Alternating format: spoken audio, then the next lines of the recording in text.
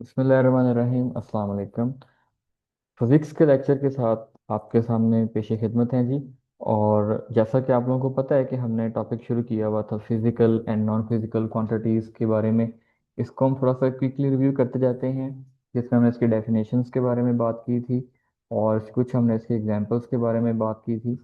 मतलब कि physical quantities में हमने ये देखा था कि वो क्वांटिटीज जिनको मेजर करने के लिए हमें कोई टूल या इंस्ट्रूमेंट रिक्वायर्ड था, तो वो क्वांटिटीज आपके पास क्या थी? फिजिकल क्वांटिटीज थी। ठीक है। फिजिकल क्वांटिटीज में कुछ आपके पास ऐसी भी क्वांटिटी हैं जिनको हम डायरेक्टली मेजर कर सकते हैं, और कुछ ऐसी भी क्वांटिटीज हैं जिनको हम इनडायरेक्टली भी मेजर आउट कर सकते हैं। उसके बाद हमने बात की थी नॉन फिजिकल क्वांटिटीज की। इसमें हमने ये बताया था कि इन क्वांटिटीज़ को मेजर करने के लिए जो है वो टूल्स या इंस्ट्रूमेंट जो है वो रिक्वायर्ड नहीं है। ठीक है। उसकी फिर हमने कुछ एग्जांपल्स को डिस्कस किया था, जिसमें लव, इफेक्शन, फेयर, विजडम वगैरह था। फिर इसके अलावा हम लोगों ने इससे कुछ शॉर्ट क्वेश्चन डिस्कस किया था कि what do non physical quantity help to understand. ठीक है। इसके बारे में डिस्कस किया था। नेक्स्ट आपका टॉपिक 1.2 था, जिसमें हम लोगों ने बेस एंड डिराइव्ड क्वांटिटीज के बारे में डिस्कस किया था। ठीक है।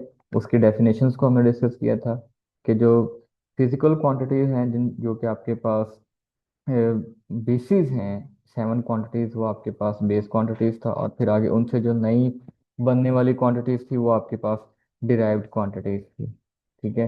जिसमें फिर हम लोगों ने स्पीड के बारे में पढ़ा था, डेंसिटी के बारे में पढ़ा था, और उसके बाद हम लोगों ने देखा था कि हमने इन क्वांटिटीज की मेजरमेंट कैसे करनी है, या मैंने शॉर्ट क्वेश्चन आपको एक बताया था कि व्हाट इज मेजरमेंट। तो आई होप कि आप लोगों ने ये सारी चीज़ें राइट कर ली होंगी अपनी बुक में।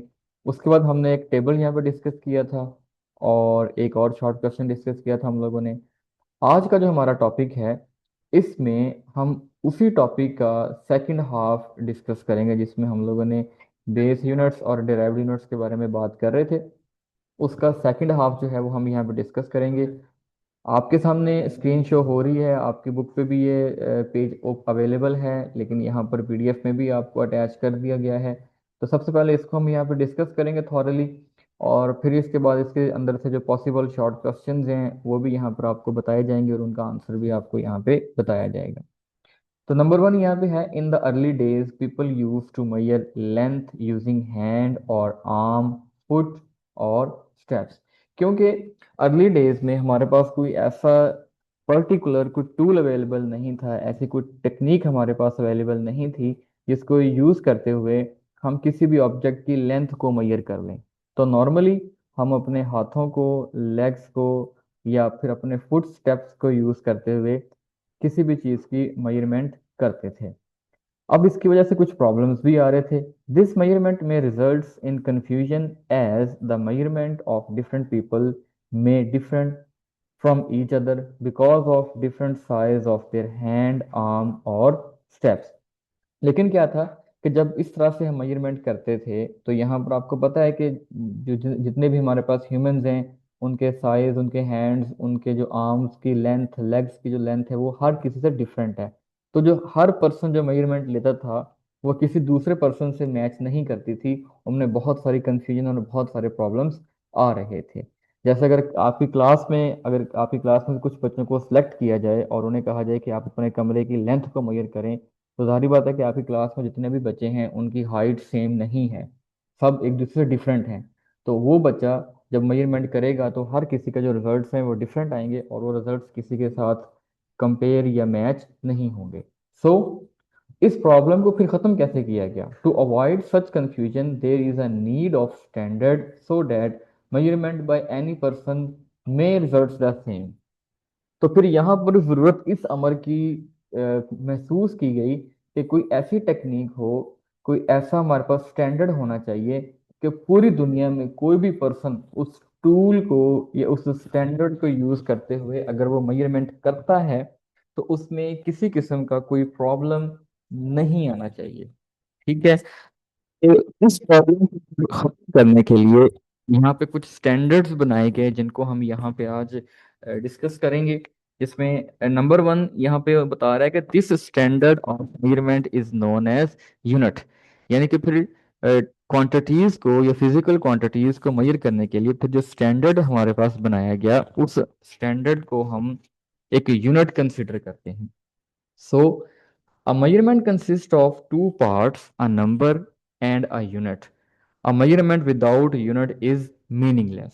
मतलब ये कि अगर आप किसी भी चीज़ की पैमाइश करते हैं, उसको मेजर करते हैं, तो उसके लिए बेसिकली हमारे पास दो चीज़ों का होना ज़रूरी है, जिसमें एक आपके पास क्या है, उसका नंबर, और दूसरा क्या है, उसका यूनिट। फर्ज करें एग्जाम्पल के तौर पे, मैंने आपको पहले लेक्चर में ये बात समझाई थी, दोबारा इसको हम फिर डिस्कस कर लेते हैं कि फर्ज करें अगर आप दुकानदार के पास, शॉपकीपर के पास जाते हैं और उसे ये बोलते हैं कि भाई मुझे शुगर चाहिए, लेकिन कितनी शुगर। आप अगर पूरा दिन खड़े रहें तो आपको वो एक दाना भी शुगर का नहीं देगा। लेकिन जैसे ही आप उसको ये बोलते हैं कि मुझे 5 किलोग्राम, 2 किलोग्राम या 3 किलोग्राम शुगर चाहिए, तो वो आपको फौरन मेजर आउट करके दे रहा है। इसका मतलब क्या हुआ कि आप उसको न्यूमेरिकल वैल्यू भी बता रहे हैं, क्या आप उसको वैल्यू भी बता रहे हैं कि मुझे कितनी वैल्यू है, कितनी क्वांटिटी में मुझे वो जो ऑब्जेक्ट है वो रिक्वायर्ड है, और साथ आप उसको उसका यूनिट भी बता रहे हैं कि वो आपको ग्राम्स में चाहिए, किलोग्राम में चाहिए या मिलीग्राम में चाहिए। तो ये हमारे पास क्या है, कि स्टैंडर्ड बना हुआ है कि मैथ्स को मेजर करने का। अब ये स्टैंडर्ड आपका पूरी दुनिया में वैलिड है। आप पूरी दुनिया में जहां मर्जी चले जाएं, जिस मर्जी शॉप पे चले जाएं, जिस मर्जी आप स्टॉल पे चले जाएं, आपको सेम इसी पैरामीटर को यूज करते हुए आप चीज़ों की मेजरमेंट्स कर सकते हैं। उसके बाद, not very far in the past every country in the world had its own units of measurements. However, problems were faced when people of different countries are exchanged scientific information or trade with each other using different units. अब क्या था कि पहले तो ये बात थी कि हमारे पास कोई स्टैंडर्ड मौजूद ही नहीं था। फिर जब स्टैंडर्ड बनना शुरू हुए तो हर मुल्क ने अपना अपना स्टैंडर्ड बना लिया। हर कंट्री ने डिफरेंट चीज़ों को मेजर करने के लिए उन्होंने अपने अपने अलग से डिफरेंट तरह के स्टैंडर्ड बना लिए। अब उसका प्रॉब्लम ये आ रहा था कि एक कंट्री का जो स्टैंडर्ड था वो किसी दूसरे कंट्री से मैच नहीं कर रहा था। ठीक है, जैसे फर्ज करें अगर हमारे यहाँ पर लेंथ जो है वो सेंटीमीटर में मेजर कर रहे हैं, तो किसी और मुल्क में हो सकता है कि वो मिलीमीटर में मेजर कर रहे हो, या मीटर से मेजर कर रहे हो, या किलोमीटर से मेजर कर रहे हो। तो यहाँ पर भी प्रॉब्लम आ गया कि डिफरेंट कंट्रीज ने अपने अपने अलग से ही स्टैंडर्ड्स बना लिए थे डिफरेंट चीज़ों को मेजर आउट करने के लिए। ठीक है, फिर क्या हुआ उसके बाद, eventually people got the idea of standardising the units of the measurement which could be used by all country for efficient working and growth of mutual trade, business and share scientific information. तो फिर यहाँ पे क्या हुआ कि लोगों को पास ये आइडिया आया, लोगों ने ये सोचना शुरू कर दिया कि ये काम भी हमारा वैलिड नहीं है, हमें एक प्रॉपर स्टैंडर्ड बनाना चाहिए, और एक ऐसा स्टैंडर्ड बनाना चाहिए कि जिसमें हर कंट्री जो है वो अ, उसको मेजर कर सके चीज़ों को, और जो सेम स्टैंडर्ड हो हर कंट्री के लिए। आप जिस मर्जी मुल्क में चले जाएं, जहां मर्जी आप चले जाएं, वहां पर आप सेम यूनिट्स और सेम स्टैंडर्ड को यूज़ करते हुए हम चीज़ों को मेजर आउट कर सकते हैं।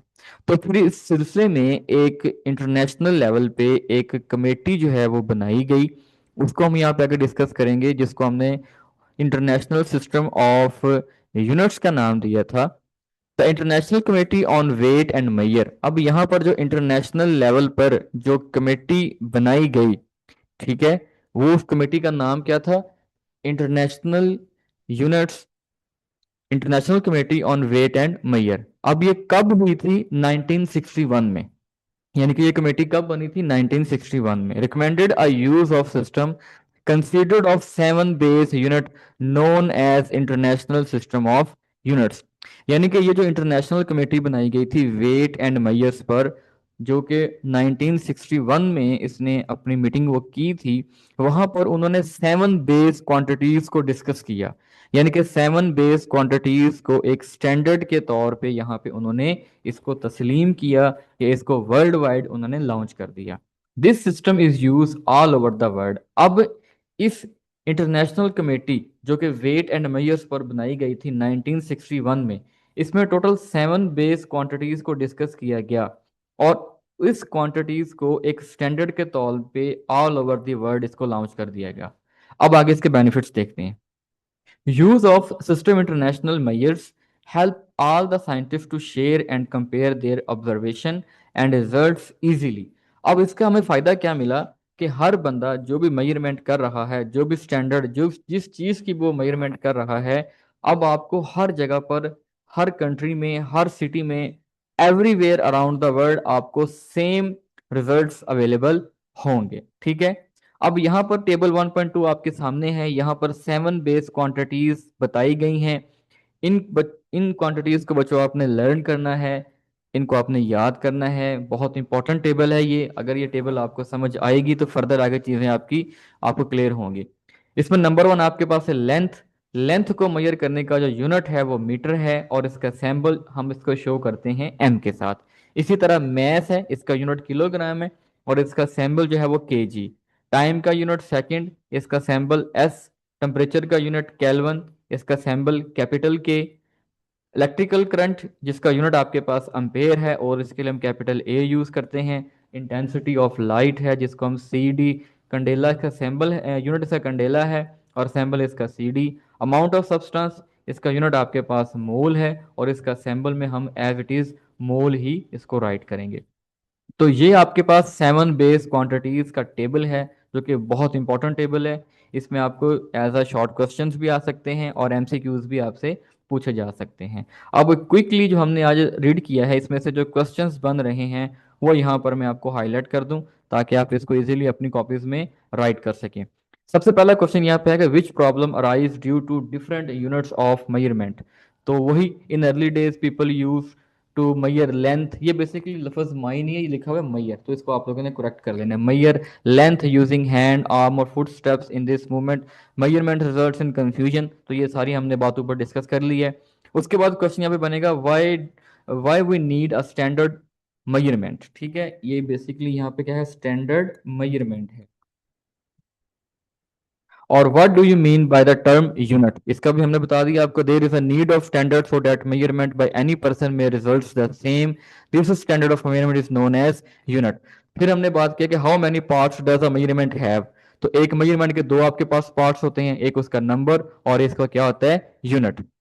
उसके बाद why people got the idea of standardising the units of the measurement. तो वही कि पास्ट में जब लोग मेजरमेंट करते थे तो प्रॉब्लम्स आ रहे थे। ठीक है, क्योंकि उनकी बॉडीज का या उनकी जो लेग्स आर्म्स के जो साइजेस थे वो डिफरेंट थे। तो फिर इसीलिए हमें एक आइडिया है कि भाई चीज़ों को मेजर करने के लिए हमारे पास कोई स्टैंडर्ड होना चाहिए। फिर उसके लिए कमेटी बनाई गई थी, जिसको हमने मैथ एंड वेट था, और 1961 में उस कमेटी ने कुछ एग्रीमेंट दिया था, और इस सिलसिले में हमारे पास जो 7 बेस क्वांटिटीज का टेबल जो है वो सामने आया था। फिर यहाँ पर वही question, what is the international system of units. The abbreviation letter S I stand for system international unit के तौर पे इसको हम इस्तेमाल करेंगे। How the use of system international help the may the scientist. अच्छा, टोटल हमारे पास बेस क्वांटिटीज कितनी है जी, टोटल 7 बेस क्वांटिटी है। उनके नाम यहाँ पे बताए उनके हुए, नाम length, length mass time temperature electrical current intensity of light and amount of substance. तो ये बेटे पीडीएफ आपको शेयर कर दी जाएगी, अगर आप चाहें तो इसका स्क्रीनशॉट भी ले सकते हैं। ये क्वेश्चंस आपने एज इट इज अपनी कॉपी पर राइट भी करने हैं, और इनको आपने लर्न भी करना है। ठीक है, and that is all about today's lecture. ये जो क्वेश्चन मैंने आपको बताए हैं ये आपकी इसी पीडीएफ और इसी पेज में से ही बनाए गए हैं, कोई एक्स्ट्रा क्वेश्चन बाहर से इसमें ऐड नहीं किया गया। तो इन क्वेश्चंस को आपने लर्न भी करना है, राइट भी करना है, और यही आपका आज के होमवर्क में भी शामिल है। Thank you so much. अल्लाह हाफिज़।